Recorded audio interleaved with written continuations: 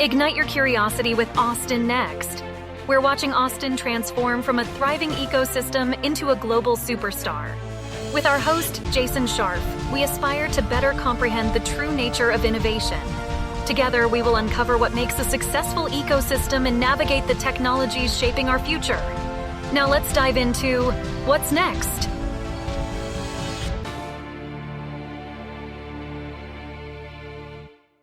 Today's podcast is sponsored by Austin Private Wealth, a registered investment advisor focused on fee-only financial planning and investment management. Their mission is to serve affluent clients with personalized financial advice, fostering a trusted relationship that will endure for generations to come. Austin Private Wealth is not just about managing wealth. They're about inspiring you to embrace a future filled with possibilities and helping you architect enduring legacies. Their core values of integrity, service, caring, excellence, and growth are at the heart of everything they do. Connect with them today at austinprivatewealth.com. Austin Private Wealth is a registered investment advisor. Advisory services are only offered to clients or prospective clients where Austin Private Wealth and its representatives are properly licensed or exempt from licensure. No advice may be rendered by Austin Private Wealth unless a client service agreement is in place. Investing involves risk and possible loss of principal capital. Please seek advice from a licensed professional. Austin is adapting to and building the future in real time. I'm Michael Scharf. We are exploring and driving our transformation into the next innovation powerhouse. I'm Jason Scharf. I'm a bioresearcher at UT to the assembly line worker at Tesla, from the musician on 6th Street to the coder at Dell. And with the founders, funders, and early employees at the next great startup, we are all Austin Next. Bringing back the woolly mammoth, computer-aided design for biology? Is this a sci-fi novel or just a taste of what's going on at the intersection of biology, technology, and Austin? Two of the superpowers that we talk about for our region are that one, we are living in the future, and two, the power of and. Those strengths are fully on display with our next guest, Ben Lamm, CEO and founder of Colossal Biosciences, founder and board member of Form Bio, and a serial technology entrepreneur driven to solve the most complex challenges facing our planet. For over a decade, Ben has built disruptive businesses that future-proof our world. In addition to leading and growing his own companies, he's passionate about emerging technologies, science, space, and climate change. Active in angel investing, incubators, and startup communities, Ben invests in the software and emerging tech spaces and is deeply engaged in the technology, defense, and climate change communities. Prior to Colossal, Ben served as the founder and CEO of a number of companies, including Hypergiant, an enterprise AI software company focused on critical infrastructures, space, and defense, Conversable, the leading conversational intelligence platform that helps brands reach customers through automated experiences, which was acquired by LivePerson, and Chaotic Moon, a global creative technology powerhouse, which was acquired by Accenture. Ben was also the co-founder of Team Chaos, a consumer gaming company acquired by Zynga. Ben Lamm, welcome to the Austin Next podcast. Thanks for having me. Excited to be here. Can you walk us through your entrepreneurial history and how that intersects with Austin and the Austin ecosystem? Yeah, absolutely. So I was born in Austin and spent, it's one of those cities that's hard to, it's like constantly brings you back in, even if you leave it. So I was born in Austin, spent my first 6 years on this planet in Austin, left Austin with my family for a while, then moved back to Austin. And then, from there over a period of time, I built 4 different companies in Austin, starting first with an e-learning company, then a mobile company, then a conversational intelligence and a gaming company, then a conversational intelligence platform. And then my last company before starting Colossal, we had offices in Washington, D.C., Austin, and Dallas pre-pandemic. So I was splitting a lot of my time between Dallas and Austin. And now I find myself still putting a lot of time between Dallas and Austin with Colossal. Okay. I've looked at your background. I see a lot of different companies. I see gaming, I see mobile, I see SaaS, I see AI, and now the pivot to bio. How'd that happen? Well, I'm really curious, and maybe I have ADD, but so I love new market sectors, and I love learning new things. I'm also really fortunate to have great partners, great co-founders that have ideas in different sectors. I constantly love to learn from them. I constantly love to, find new challenges. I actually didn't mean to start Colossal in its current form. I thought that I would build a software company around synthetic biology, and I reached out to arguably the father of synthetic biology, George Church, and because of that insatiable curiosity, good thing and bad thing that I have, I asked him. I was like, "What else you working on in the lab?" And he started telling me about everything, and then his last moment was almost this like Steve Jobs one more thing, where he was like, "Oh, and we also have this really interesting project where we're working to bring back woolly mammoths to combat climate change, save the world, and make billions of dollars in carbon credits." And I was like, "Wait, what?" And so it was one of those hooks where it's like I got all my answers for what I wanted to do, and then I got a lot of that feedback. So I'd say most of my journey has been like that, where it's like I'll be asking questions, or I'll be with a co-founder, a friend that turns into a co-founder or whatever. That it's like, oh, this is an interesting sector, or we should go do this. And so it's a little bit of my journey's kind of been a little bit of a mismatch between ideas that I've come up with or ideas that I've like just stumbled upon with people that are much smarter than me. So when I look at the bio opportunity, and my background has been all in life science, so this is an area I know well, and so I guess it's amazing to see the number of companies that have spun out of Church's lab and kind of spread across everything. I think for us in Austin, the advantage to take this kind of convergence point of the horizontal technology and biology is really our sweet spot. And I think Colossal and Form Bio are at the heart of that. Can you walk us through a little bit what those two companies are and how you see them intersecting with Austin?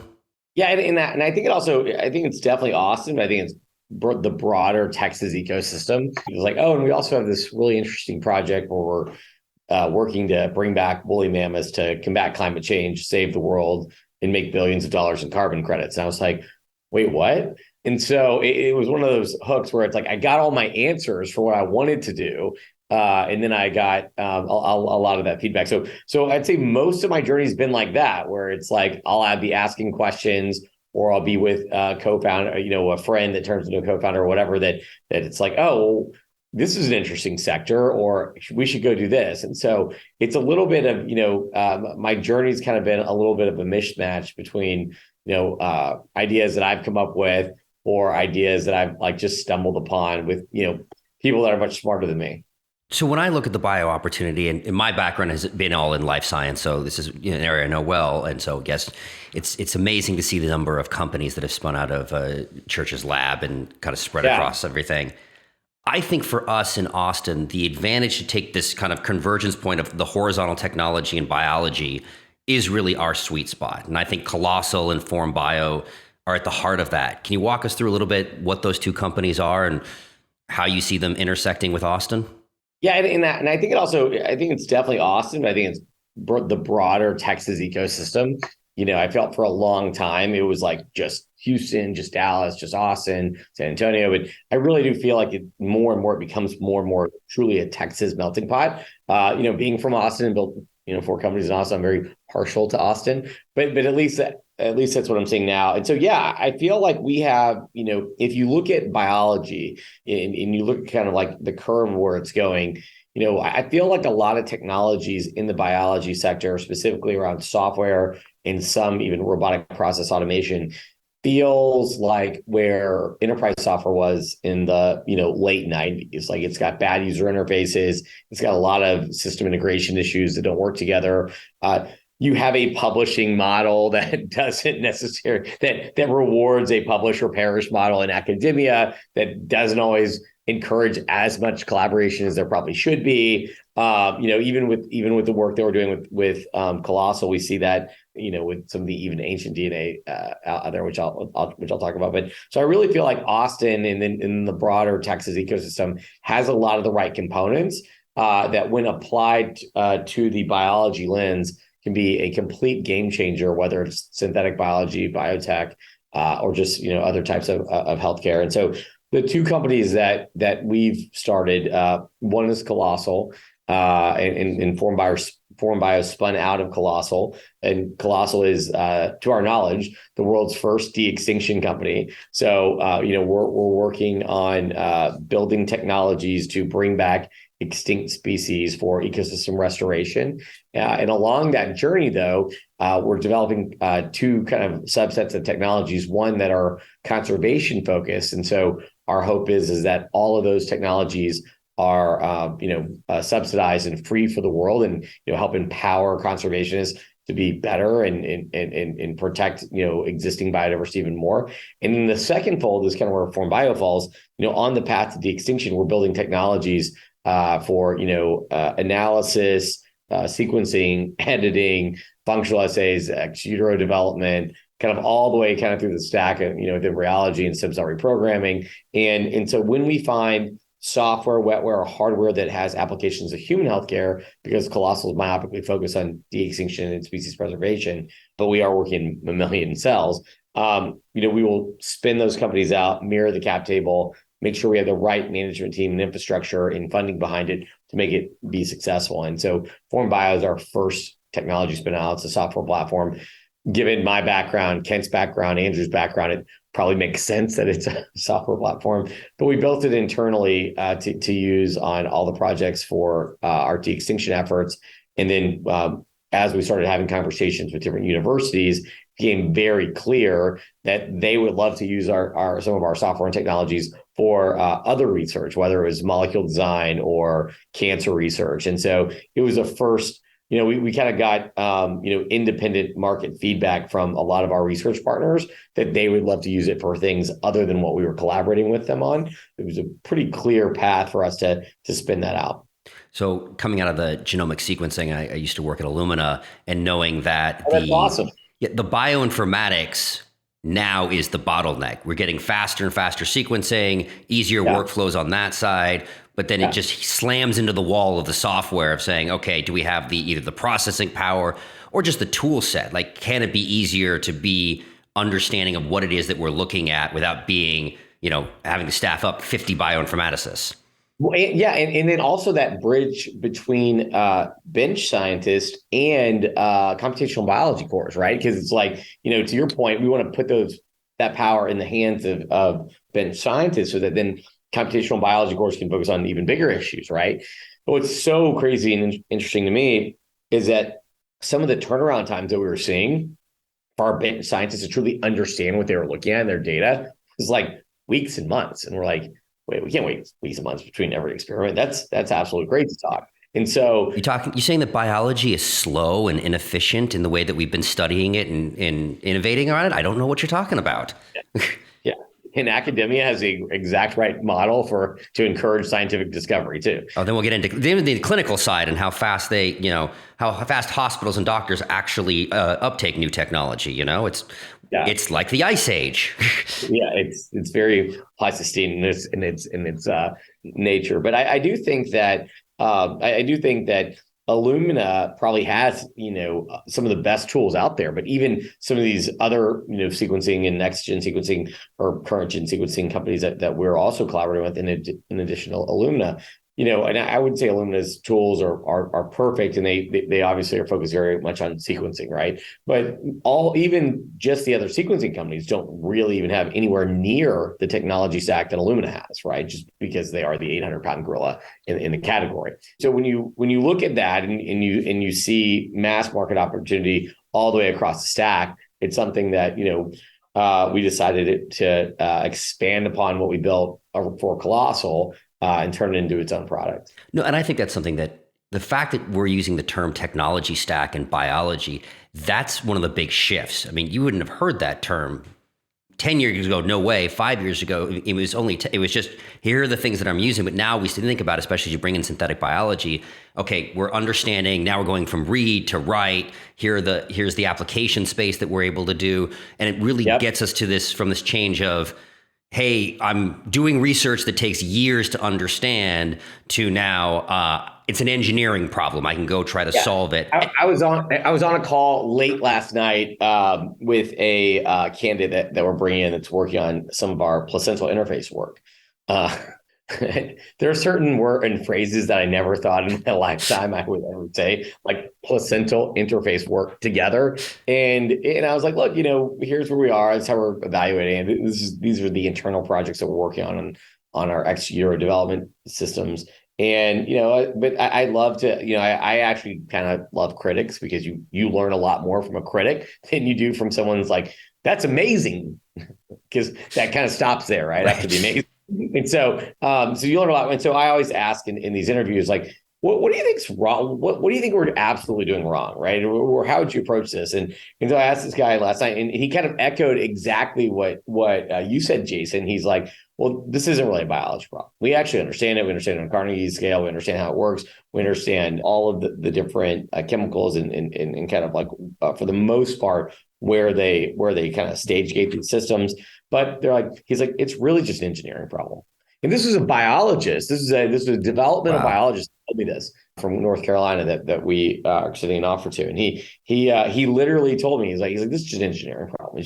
It's just work. And what I'm finding, kind of like what you said about technology stack, is what I'm finding is some of the best, what I personally believe makes, and once again, I'm probably biased coming from some hardware, but mostly software technology background, right? So I'm probably biased in this, but what I think really makes people like George Church and other people in some of these other big, massive sciences so successful that have been so successful, not just in academia and in discoveries, but also in commercial avenues, is that they're biologists with a system designer lens to them. Right. And I feel we've worked with a lot, kind of like to your comment on technology stack, there's a lot of incredible biologists that we've hired that are so focused on this like one thing, right? Like we are a transcription factor girl or guy that focuses on what is the right cocktail for stem cell reprogramming in X.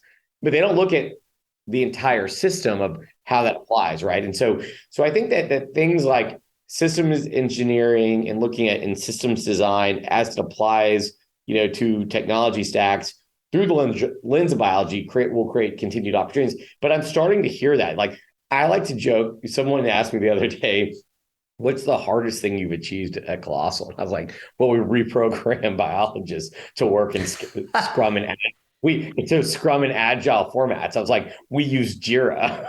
And to me, that was harder than some of the other, like the computational analysis in the assembly of ancient DNA and the computational analysis behind that, the functional assays on the genes and some of the multiplexing and cell toxicity stuff is actually easier than that problem. Change management is harder than math and science a lot of the times, right? It is. And we are very fortunate. I joke because it took a while to get people in the rhythm, but in fairness, the team really adopted it because they saw, like, when you start looking at the system, not just my part, and you look at how it flows into agile like systems. So we organize everything at Colossal in pods. So, and then we have some cross-functional pods. So it's very product focused and in how we organize our biology work. So I worked at Medtronic Diabetes way back in the day, and I had a conversation with the chief medical officer there, and I think it was really getting to me to understand how we weren't looking at systems biology, and that was a problem. We had this wonderful conversation about obesity drugs and why they keep failing. And of course, the reason they keep failing is from a metabolic point of view, and I'm making up the number, there are like 12 pathways that deal with obesity. Of course, when we're making a therapeutic, it tends to be targeting one or two. Okay, if it's targeting one or two of 12 things, that's not actually going to solve the problem. That's why we're seeing so very little kind of use case in that. And I think biology there was a podcast I was listening to, like, we don't really even understand the general idea of what the cell is and has it all mapped out, where we're just thinking about proteins now.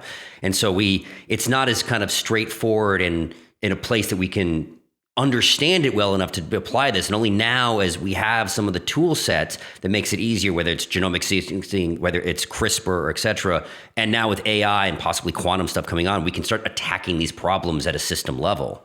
I could agree more. And, there's so much to understand, but I do feel like we are truly at the doorstep of like the gene therapy promises of the 90s. And I feel like synthetic biology I feel like that, like, while we're seeing incredible stuff, like we saw, obviously, the response to the pandemic with, mRNA vaccines. We are actually applying some of those technologies and methodologies to some of our conservation work with elephants, for EEHV and some other things. But what's incredible to me is I'm starting to see lots of, peer-reviewed scientific breakthroughs at a faster and faster rate in areas, I think I forgot the name of the company, but it's a husband and wife couple, and they just boldly said we're seeing some really great early results on our applications of some of this to targeted cancers on a much broader rate than like this one exact. When you say targeted cancer, it was like this one small variant and this one. Yeah, so that was kind of more like the 90s gene therapy model, right? And now it's kind of, moved into something that I think would have more broad applicability. So I'm super excited about it. When you're working on a project like Colossal, you have to be a systems designer, because, if you just get your targeted, cells that you have to then go edit, that does not make a mammoth or thylacine or other species. There's a lot more to the ingredient list and to get to that cake.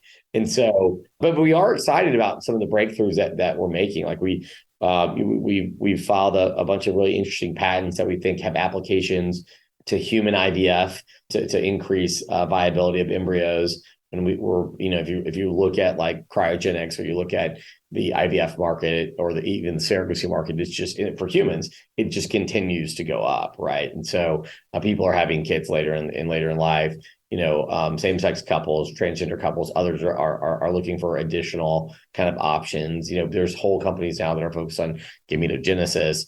So I really think that some of the technologies that we can do not only will help us with our conservation and de-extinction efforts, but I think they can really help. I think they're interesting market monetizable opportunities, but I think they can really help, right? And so, like, anyone that's gone through the IVF process, it's a painful, I have not gone through it, but a lot of people that I know have. It's a very painful process, and it's not, I don't think it necessarily works as advertised as fast. I know it's come a long way, but I think that even some of the stuff that we're doing, just because we're working in a variety of mammalian cells and embryos, ensuring and doing so much. We have a whole embryology lab that's focused on laser-based somatic cell nuclear transfer, and so it's like doing some really interesting things that we think some of those applications could be really helpful to human healthcare. Well, and I want to understand. I think this is a good time to kind of talk about business models. I think one of the things that, either it's synthetic biology or just this tech bio convergence, is it opens up new types of models, right?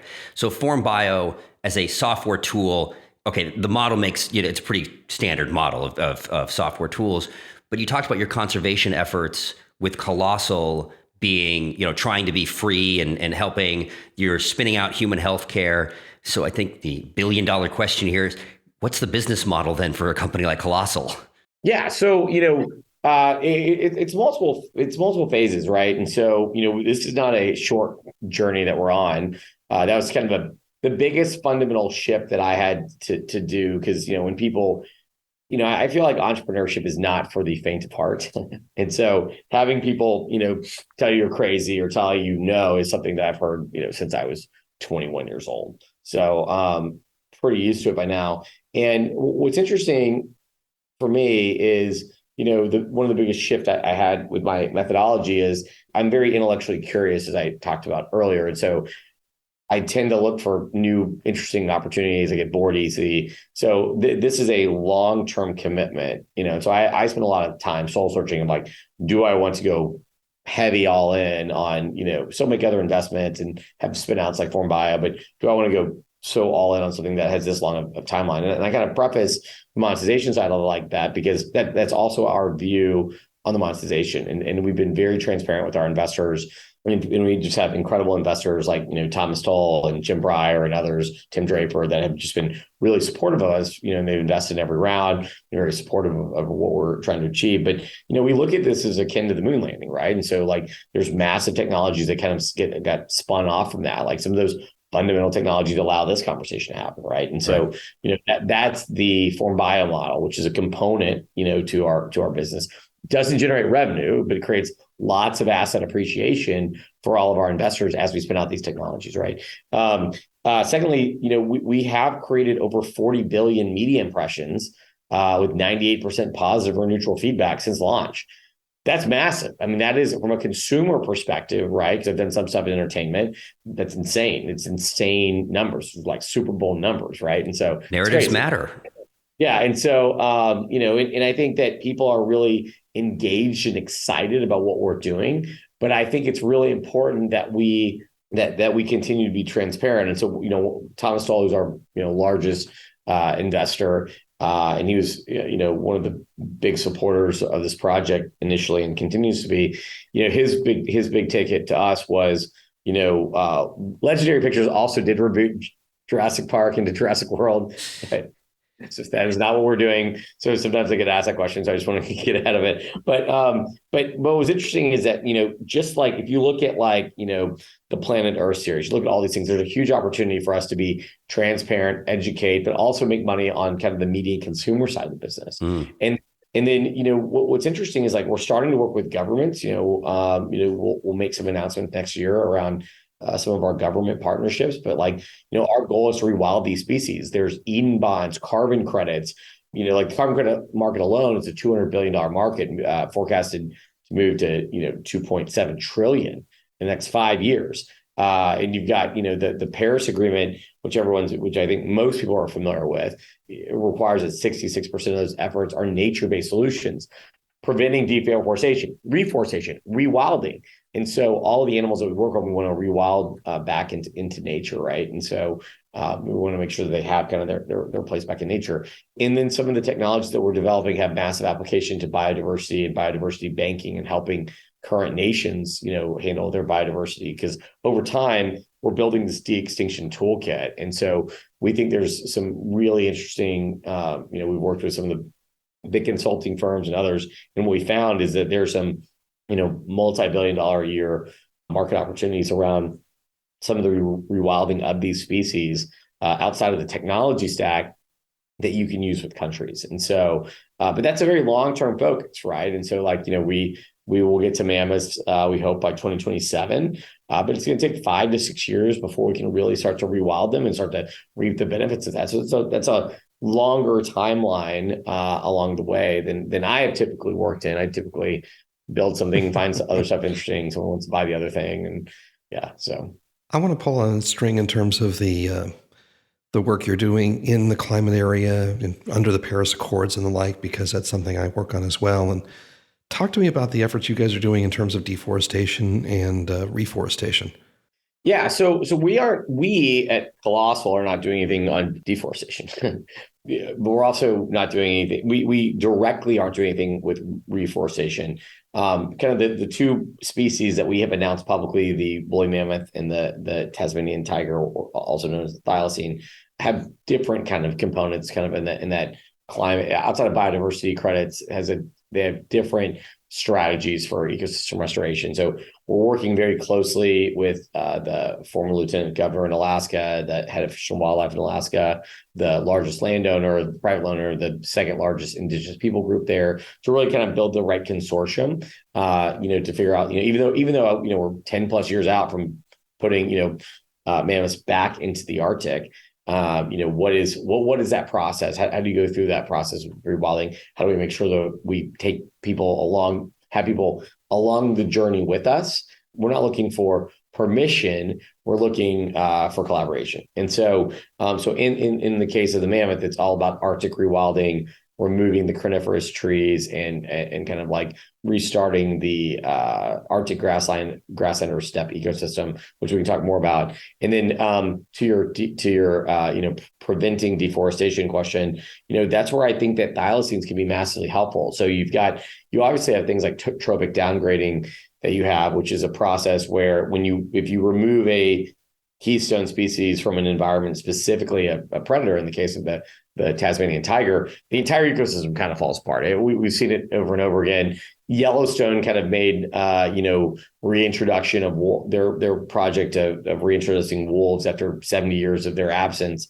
in 1995. Created tremendous results. And it was an incredible achievement for showing that humanity can play a part in rewilding ecosystems back to their natural instance by returning species that we eradicated from them, right? And so it turns out nature kind of had it right first, and then we can just kind of put things back and say we're sorry. But what's interesting is that, when you have a species like, the Tasmanian tiger, not only can it help in that kind of Yellowstone example where you have kind of this like trophic downgrading effect that occurs separately, it also, I think, will really encourage, the folks in Tasmania and in Southern Australia to protect more land.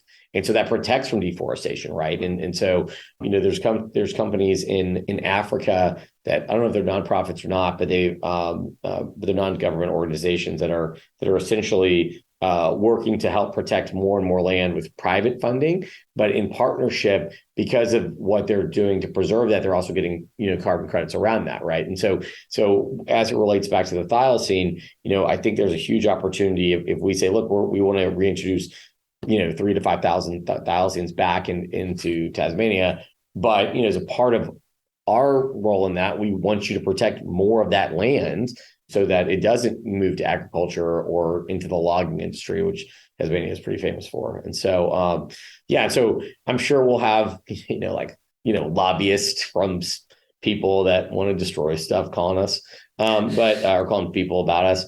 But yeah, so those are the things that we're doing. But what's most important is that we do it in collaboration with governments, with nonprofits and conservation groups and indigenous people groups over a long period of time. And so just being able to work in that time frame, because I just got back from Tasmania about 2 months ago, and then a month ago I was in Alaska. And so even though we are, a ways away from actually putting animals back in the ground there, we're starting those conversations now. And then we're looking at, okay, how can we also get support, and subsidies and other things to kind of help those efforts, based on the achievements that we make. Yeah, what we found is these are really long-term projects. Nothing happens for the first 5 years. Yeah, exactly.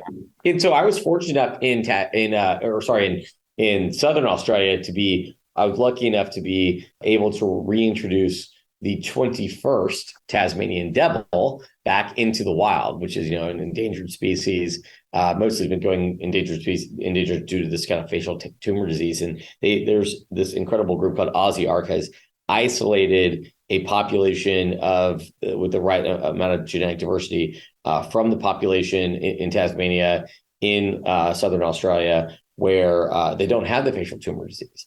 And so that's been eradicating a large, not just eradicating, but fully decimating parts of the population in Tasmania. Even though they've got breeding pens and they've kind of been working through it very, very thoughtfully, over a very long period of time, and they kind of stage gate them and move them to individual, bigger pens, bigger enclosures.